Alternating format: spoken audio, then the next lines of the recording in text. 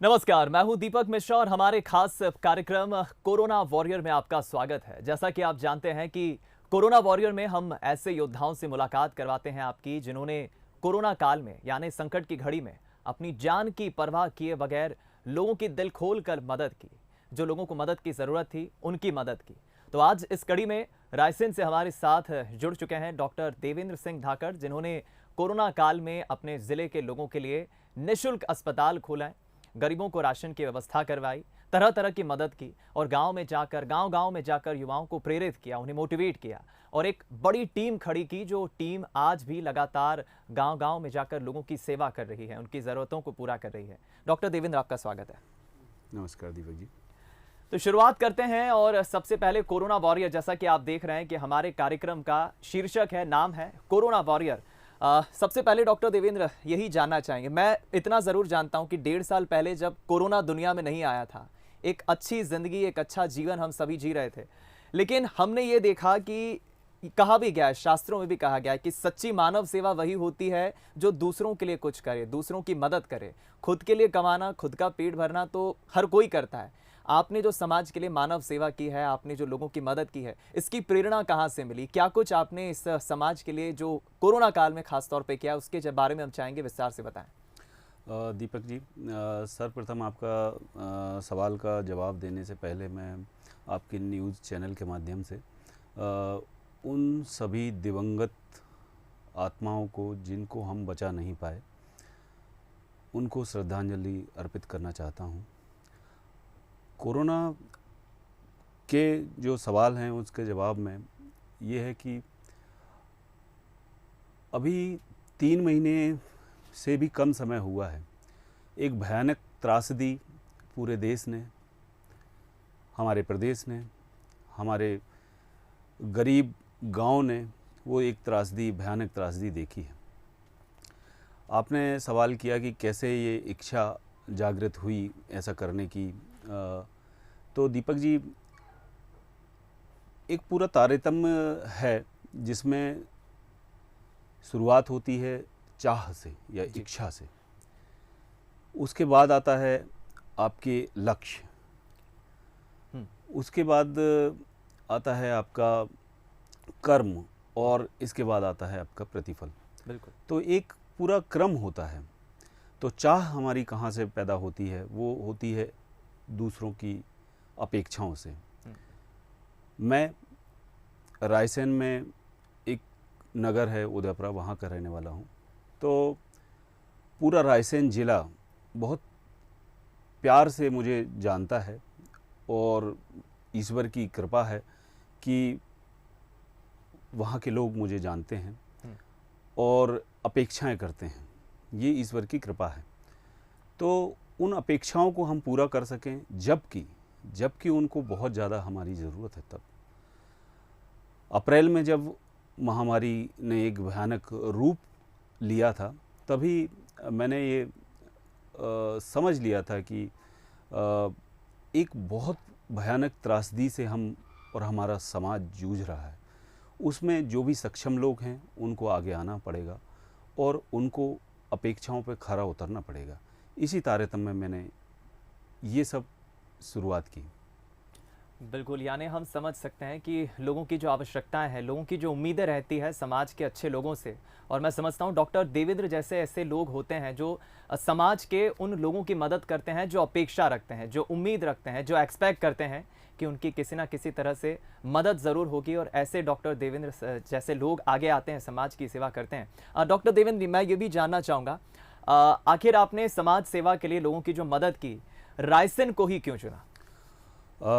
वही अभी मैंने थोड़ी देर पहले आपको बताया था, जिक्र किया था कि मैं रायसेन का रहने वाला हूँ। उदयपुरा, बरेली, बाड़ी, सुल्तानपुर, मंडीदीप, बेगमगंज, सभी जगह अधिकतर लोग मेरे संपर्क में रहते हैं।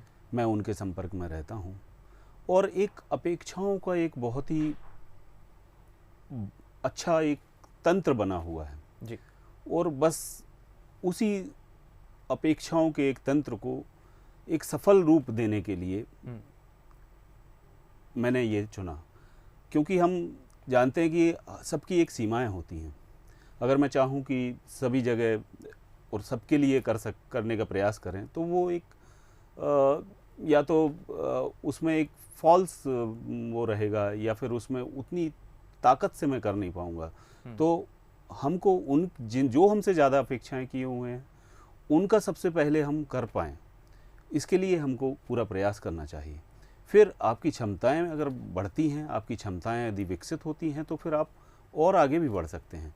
तो मेरा गृह जिला अगर रायसेन है और वो मुझसे अपेक्षाएं कर रहा है, वो मेरी मातृभूमि है, उसके लिए अगर मैं कुछ कर सकता हूँ, तो निश्चित तौर पर उसके लिए सर्वप्रथम करना मेरा एक परम कर्तव्य है। वाकई बहुत प्रशंसनीय बात है, क्योंकि गृह जिला है रायसेन और डॉक्टर देवेंद्र वहीं से आते हैं, मातृभूमि भी है उनकी, जैसा कि उन्होंने जिक्र किया। तो उन्होंने वहाँ पर ये सोचा और वहाँ पर जो लोगों ने उम्मीदें एक तरह से जताई, इसी कड़ी में वो बता रहे हैं कि किस तरह से उन्हें प्रेरणा मिली, आखिर क्यों उन्होंने रायसेन को ही चुना मदद के लिए। डॉक्टर देवेंद्र, मैं ये भी चाहूँगा आप हमारे दर्शकों को बताएं, जो कोरोना काल में आपने मदद की है। वैसे तो कहते हैं कि मदद ऐसी हो कि एक हाथ से हम करें, दूसरे को पता ना चले, लेकिन जो दर्शक हमारे देख रहे हैं, क्योंकि आप हमारे लिए एक इंस्पिरेशन है, आप समाज को एक प्रेरणा दे रहे हैं, आप एक आइकन हैं। जो कोरोना काल में लोगों ने सबसे ज़्यादा चैलेंजेस का या मुसीबतों का सामना किया, मैं समझता हूँ, एक तो लॉकडाउन था चूँकि, तो खाने पीने की सभी दुकानें बंद थी, लोगों के सामने सबसे बड़ी चुनौती पेट भरने की थी, राशन एकत्रित करने की थी, नौकरियां चली गई थी, और दूसरा बड़ा चैलेंज था कि अगर कोई बीमारी हो जाए, वो फिर कोरोना भी हो सकती है या दूसरी बीमारी, तो अस्पताल पहुंचकर उनका इलाज अच्छे से हो जाए, ठीक से हो जाए, ये दूसरा बड़ा चैलेंज था। किस तरह की आपने सेवा समाज में की? दीपक जी, मैंने ना 3 मुख्य कार्य करने की प्रयास किया है। एक प्रयास तो ये था कि पहले भोपाल में एक कुछ ऐसा तंत्र बने जो कि मरीजों को एडमिट कर सकें, उनका एक रियायती दर में हम ट्रीटमेंट कर सकें। उसके लिए एक मैंने और संस्था ने एक मिलके एक बिल्डिंग किराए पे लेके उसको एक कोविड सेंटर बनाया, और एक अस्पताल संचालक से हमने ये टाई अप करके कि भाई आपको ये हमारे ज़िले के जो भी पेशेंट आएंगे उनको देखना है और व्यवस्था करना है, और ट्रीटमेंट जो हो एक रियायती दरों में हो, सिर्फ जो हमारा इन्वेस्ट हो रहा है उस पर ही उतना ही हम उनसे चार्ज लें। तो एक तो रियायती दरों में एक सेंटर हमने यहाँ पे डेवलप किया। उसके बाद जो भी मरीज रायसेन के इन अस्पतालों में या अन्य अस्पतालों में एडमिट होते थे, उनके परिजनों से मेरा एक विनती रहती थी कि आपको अब ठीक हो चुके हो, ईश्वर ने आपको दूसरा मौका दिया है, तो अब आपको एक कोरोना वॉरियर्स की तरह लड़ना है। और ऐसी ही मैंने अपील सोशल मीडिया के थ्रू की, न्यूज़ चैनल्स के थ्रू की, और प्रिंट मीडिया के थ्रू की। ये अपील जो है इतनी कारगर और इतनी सकारात्मक रही कि गांव-गांव से युवाओं की एक विशाल टीम, विशाल वृक्ष खड़ा हो गया, और गांव-गांव से जो शिक्षित युवा हैं, जो जिस तरीके से कार्य कर सकते हैं, वो अपने अपने कार्य को बताते हुए मुझसे जुड़े, और एक मेरा गांव मेरी जिम्मेदारी करके हमने एक पूरा अभियान की तरह चलाया जी। और उसमें हमने लक्ष्य रखे कि हमको सबसे पहले उस भयानक कंडीशन से उबरना है। लक्ष्य रखे कि किन पेशेंट को हमको ट्रीटमेंट के लिए भोपाल रेफ़र करना है, किन को वहीं लोकल में हमें ट्रीटमेंट करवाना है, किन को वहीं पे दवाओं के किट उपलब्ध करवाना है। ये हमने एक सिस्टम बनाया, और भोपाल में भी एक ऐसा तंत्र विकसित किया। एक तो कोविड सेंटर हमारे द्वारा बनाया हुआ, अन्य जो हॉस्पिटल हैं जो कि एक रियायती दरों में ट्रीटमेंट यहाँ पर उपलब्ध करवा रहे हैं। बहुत सारे अस्पताल हैं जिन्होंने इस भयानक महामारी में मेरी और लोगों की मदद की, तो उनके थ्रू उन पर हम तुरंत जो भी पेशेंट लगता था कि भोपाल लाया जाए उसको लाते थे, और एडमिट करवा के उसका ट्रीटमेंट की व्यवस्था, उसके ट्रीटमेंट के बाद की व्यवस्था, पूरी एक टीम तंत्र, मतलब एक शहर का तंत्र अलग, एक गांव का तंत्र अलग, इस तरीके से एक सिस्टम के थ्रू हमने कार्य किया। तो ईश्वर की मतलब बहुत कृपा रही कि एक सकारात्मक संदेश भी गया, सकारात्मक लोग भी जुड़े, और एक पूरी इस 2.5 महीने 3 महीने के काल में एक अच्छी एक टीम ने टीम वर्क के साथ कार्य किया। मुझे बहुत खुशी हो रही है डॉक्टर देवेंद्र ये सब जानकर, जैसा सिलसिलेवार स्टेप बाय स्टेप आप बता रहे हैं कि कैसे आपने समाज के उन लोगों की मदद की जो लोग अपेक्षा रख रहे थे, जो मुसीबतों का सामना कर रहे थे। कोरोना काल में लोगों ने बहुत बुरा, बहुत दुखी समय देखा, लेकिन आप जैसी शख्सियत से जब मैं मिलता हूं तो बहुत खुशी होती है कि समाज में ऐसे भी लोग हैं। डॉक्टर देवेंद्र, मैं ये भी चाहूँगा कि आप ये भी बताएं, जिस टीम का आपने जिक्र किया कि मेरा गाँव मेरी जिम्मेदारी, इस टीम में आपने युवाओं को भी जोड़ा, लोगों को जोड़ा, उनसे कम्युनिकेट करना, उन्हें ठीक से गाइडेंस देना, कैसी व्यवस्थाएं जमाना है, कैसे अधिक से अधिक लोग आपके साथ जुड़ सकें और मदद पा सके, ये सब कैसे संभव हो पाया? इस टीम के बारे में बताएं। देखिए, मैंने जो अभी शुरुआती में बताया था कि जहाँ चाह होती है वहाँ चाह जब डेवलप हो जाती है तो हम हमारे लक्ष्य बनाते हैं और लक्ष्य के लिए हम कर्म करते हैं।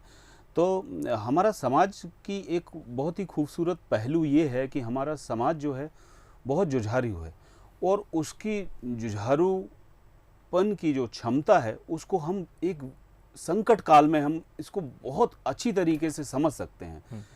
हमने देखा है हमारे देश पर बहुत सारी आपदाएं आई हैं, युद्ध देखे हैं हमने और बहुत सारे सुनामी देखी हैं, भूकंप देखे हैं, कई सारे। तो जगह जगह के जो एक रिस्पांस है वो हमारे समाज का एक बहुत ही सकारात्मक रिस्पांस होता है। तो यही रिस्पांस जो था वो भी अप्रैल और मई में, अप्रैल में हमने यही रिस्पांस देखा कि एक छोटी सी अपील से लोग सब कुछ भूल कर बस एक किसी भी तरीके से संकट से उबरने के लिए, लोगों की, दूसरों की मदद करने के लिए बिल्कुल खुद ही सामने आ रहे थे। मतलब एक पूरी चेन, श्रृंखला, बहुत अल्प समय में एक पूरी चेन की चेन डेवलप हो रही थी जी। तो वही एक सकारात्मक ऊर्जा थी जो मुझे भी आगे बढ़ाती रही और मेरे साथ जुड़ने वालों को भी आगे बढ़ाती रही। बिल्कुल ठीक, मैं समझ सकता हूँ और हमारे दर्शक भी जो देख रहे हैं कार्यक्रम वो समझ सकते हैं कि हम बार बार जिस पॉजिटिविटी की बात करते हैं, जिस सकारात्मकता की बात करते हैं, वो कितना महत्वपूर्ण हमारे जीवन में होता है। और वही पॉजिटिव वाइब्स, वही सकारात्मकता की बात डॉक्टर देवेंद्र भी कर रहे हैं। यही वो एक ऊर्जा थी जो उनके भीतर उत्पन्न होती रही, लोगों का साथ मिलता गया, उन्होंने एक टीम खड़ी की और देखते ही देखते डॉक्टर देवेंद्र के गाइडेंस में उस टीम ने मेरा गांव मेरी जिम्मेदारी, जैसा कि बता रहे हैं, युवाओं को जोड़ा उन्होंने और उस टीम के साथ कम्युनिकेट करते हुए, गाइडेंस देते हुए लोगों को उन्होंने किस तरह से मदद उपलब्ध कराई, लोगों की सेवा की, जो कि निश्चित ही जितनी तारीफ इस काम की जाए, इस सेवा की जाए, कम होगी। डॉक्टर देवेंद्र, मुझे ये भी पता चला कि इस कोरोना काल में जब आप लोगों की समाज सेवा कर रहे थे, यानी कि लोगों की मदद कर रहे थे, आप खुद कोरोना पीड़ित हो गए थे, तो क्या उस वक्त कोई ऐसा विचार आया कि जिससे दुनिया बच रही है उसने आखिर हमें भी शिकार बना ही लिया, उसने हमें भी अपनी चपेट में ले ही लिया? क्या कोई ऐसा विचार आया कि ये बहुत बुरा दौर है? वो कैसी जर्नी थी आपकी, वो कैसा विचार था, वो कैसा दौर था? दीपक जी, मुझे ना जो मैंने आपको बताया कि जो हॉस्पिटल का हमने कोविड केंद्र जो रियायती दरों के लिए जो शुरू किया था, जिस दिन 9 अप्रैल को शायद मुझे शुरू किया था मैंने, 10 अप्रैल को मुझे कोरोना हो गया था। वो शुरू करने के दूसरे ही दिन मुझे कोरोना हो गया था जी। और ईश्वर की कृपा थी कि 3 दिन में ही मतलब मैं घर पे ही ठीक हो गया। फीवर कुछ बना रहा, लेकिन वो एक पीक का समय था, बिल्कुल पीक का। उस टाइम भी कभी भी ऐसा नहीं रहा कि कभी भी मुझे मोबाइल बंद करने की, मेरी इतनी हिम्मत मुझ में नहीं थी कि मैं मोबाइल अपना बंद कर सकूं, क्योंकि मुझे पता था कि मैं इस चीज़ से उबर रहा हूं या ये अभी मैं इससे ग्रसित हूं, लेकिन कई लोग जो हैं इससे और भयानक बुरी तरीके से ग्रसित हो सकते हैं। हो सकता है कि उनको ज़रूरत मुझसे ज़्यादा हो जी। तो बिल्कुल, और उसी टाइम मैंने ये दृढ़ निश्चय किया कि एक बार इससे निकलने के बाद बस, अभी मैं वैसे यूरो सर्जन हूँ, मैं सर्जन हूँ, मुझे इस मेडिसिन से और उससे बहुत ज़्यादा हमारा बहुत संपर्क नहीं रहता, लेकिन फिर भी जी। मैं यही प्रण लिया मैंने कि इससे उबरने के बाद मुझे अभी पूरा समय इसी में देना है, अपनी विधा को अभी एक विराम देते हुए इसी में आगे बढ़ना है और इसी में जब तक कि ये संकट पूरी तरीके से टल नहीं जाता तब तक अथक सतत प्रयास करना है। यानी देखिए, ये डॉक्टर देवेंद्र एक बहुत महत्वपूर्ण बात कह रहे हैं और तमाम दर्शक जो हमें देख रहे हैं इस कार्यक्रम के जरिए, उन्हें भी ये समझना चाहिए कि एक दृढ़ इच्छा शक्ति कितना ज़रूरी होता है जीवन में। वो खुद कोरोना से पीड़ित हुए, कोरोना ने उन्हें अपनी चपेट में लिया और जाहिर है कि जब हमारे सामने मुसीबत आती है, हमारे सामने जब संकट आता है, तो कहीं ना कहीं इच्छा शक्ति में कमी आती है। कोई नकारात्मक विचार हमारे भीतर ऐसे हावी हो जाता है जो शायद हमें आगे बढ़ने से रोकने की कोशिश करता है।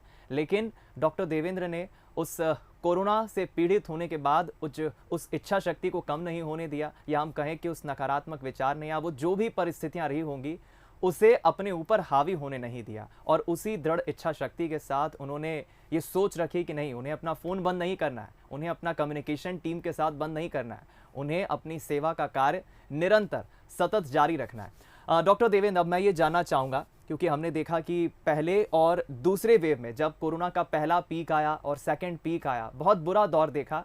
कोई नहीं चाहता कि अब ऐसा दौर फिर से आए, लेकिन खुद केंद्र सरकार के आर्थिक जो वैज्ञानिक हैं, वैज्ञानिक सलाहकार, वो खुद ये कह रहे हैं कि तीसरी लहर तो निश्चित आएगी, लेकिन इतना ज़रूर है कि उस तीसरी लहर का प्रकोप कितना होगा ये आप पर, हमारे पर, समाज के लोगों पर निर्भर करता है कि हम नियमों का पालन कितना करते हैं, बीमारी से बचने के लिए, कोरोना से बचने के लिए एहतियात, सावधान किस तरफ बरतते हैं।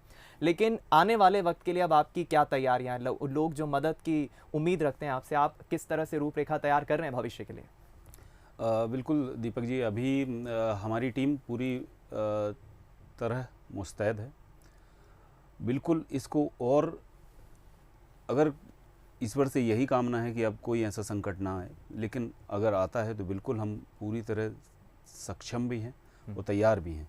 और अच्छी बात यह है कि सरकार के द्वारा भी अब ऐसे प्रयास बहुत सारे हो चुके हैं, हो रहे हैं, जिनसे कि इस तरीके की संकट जो है उससे और अच्छी तरीके से लड़ा जा सकता है। अभी भी आपके चैनल के माध्यम से ही ये बताना चाहता हूँ कि अब कोरोना के बाद भी समाज में दोबारा लोगों को उठाना और एक आर्थिक परिस्थितियों में समाज की किस तरीके से मदद की जा सकती है, आर्थिक कंडीशन को किस तरीके से सुधारा जा सकता है जी, इसके लिए भी प्रयास सरकार के द्वारा भी किए जा रहे हैं और किए जाना चाहिए, उनको और तेज़ी देना चाहिए। बिल्कुल ठीक कहा आपने। डॉक्टर देवेंद्र, चूंकि समय की भी अपनी मर्यादा है, मैं चाहूँगा कि आप ये भी बताएं कि जो लोग आपसे जुड़ना चाहते हैं, वो ज़रूरी नहीं है कि मदद के लिए ही जुड़ें, हो सकता है आपके साथ मदद के लिए हाथ आगे बढ़ाना चाहते हो, डॉक्टर देवेंद्र के साथ मिलकर कुछ अच्छा करना चाहते हो रायसेन के लिए, वो कैसे जुड़ सकते हैं? लोग आपसे संपर्क, सहायता के लिए या मदद का हाथ आगे बढ़ाने के लिए कैसे कर सकते हैं? और युवाओं को, हमारे दर्शकों को आप क्या संदेश देंगे? दीपक जी, यही संदेश मैं देना चाहता हूँ, और कि एक हम उस समाज में रह रहे हैं जहाँ पर निश्चित है कि बहुत सारी विषम परिस्थितियाँ हैं, लेकिन हमको ये एक पॉजिटिव संदेश ये हमें अपने हृदय में बसाना चाहिए कि हम उसी समाज में रह रहे हैं जो कि एक बहुत जुझारू समाज है, बहुत लड़ने में सक्षम समाज है। किसी भी विषम परिस्थिति से या संकट से अच्छे तरीके से निपटने के लिए हम हर तरीके से सक्षम हैं। कोरोना के बाद भी हो सकता है आगे और भी संकट आएँ। मेरा संदेश यही है कि पॉजिटिविटी को, सकारात्मक ऊर्जा को अपने अंदर बना के रखना है। युवाओं के लिए भी ये संदेश है कि अब इस कोरोना के बाद आप आर्थिक रूप से कितने सक्षम हो सकते हैं, कैसे सक्षम हो सकते हैं, इसके लिए रास्ते तलाशें। और सरकार इसमें मदद करती हैं, सरकारें भी करती हैं, और हमको खुद भी आत्मनिर्भर होना है। संपर्क की बात है कि मेरा भोपाल में भी निवास है जी, मैं बीच बीच में अपने ज़िले के लोगों से संपर्क भी करता रहता हूँ। मेरा हर प्लेटफॉर्म पे, हर जगह मेरे संपर्क सूत्र उपलब्ध हैं। किसी भी तरीके से आप मुझसे जुड़ सकते हैं, डायरेक्ट जुड़ सकते हैं।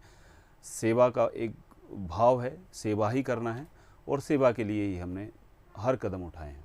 क्या बात है, बहुत अच्छा संदेश और एक बहुत अच्छा मैसेज डॉक्टर देवेंद्र दे रहे हैं। सेवा के लिए ही वो जी रहे हैं और सेवा सतत वो आगे करना चाहते हैं। इससे बढ़िया बात क्या हो सकती है? डॉक्टर देवेंद्र, बहुत अच्छा लगा मुझे आपसे बात करके। आपने बताया किस तरह से आपने समाज सेवा की, लोगों की मदद की, और किस विचार के साथ, किस दृढ़ निश्चय के साथ आप और आपकी टीम आगे बढ़ रहे हैं। बहुत अच्छा लगा मुझे आपसे मिलकर। और डॉक्टर देवेंद्र, इस कार्यक्रम में आने के लिए बहुत शुक्रिया आपका। जी, धन्यवाद दीपक जी। तो कोरोना वॉरियर के इस खास कार्यक्रम में फिलहाल इतना ही। बंसल न्यूज़ और मैं भी आपसे यही अपील करेंगे कि मदद मांगने में बुराई नहीं है। बेशक मदद मांगिए, लेकिन अगर संभव हो सके तो मदद करके भी देखिए।